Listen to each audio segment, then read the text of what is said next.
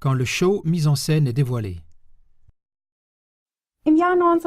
En 1998, le réalisateur Peter Weir a produit le célèbre film The Truman Show.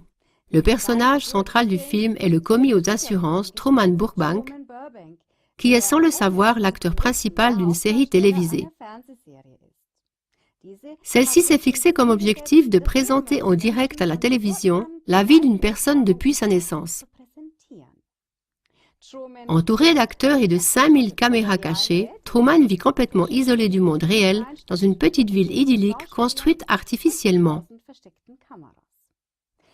Ce n'est qu'après plus de 29 ans que Truman commence lentement à se méfier lorsqu'un projecteur qui était censé représenter une étoile tombe accidentellement au sol directement devant ses pieds.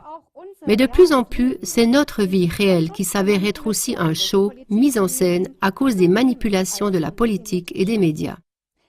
Les médias libres, comme par exemple la TV, contribuent à démasquer la tromperie et comme Truman, le héros du film, à retrouver notre véritable identité. De la même manière, l'émission suivante voudrait une fois de plus vous ouvrir les yeux sur le show mis en scène du changement climatique fait par l'homme. Le dioxyde de carbone n'est pas une substance nocive.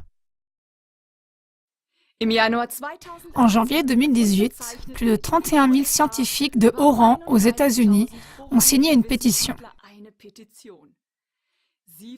Ils demandent à leurs gouvernements respectifs de rejeter l'accord de Kyoto au Japon sur le réchauffement climatique global et les propositions similaires.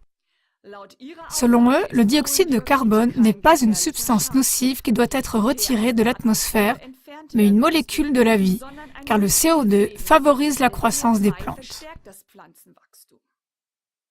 Des images satellites montrent que la Terre devient plus verte, même dans les zones de sécheresse.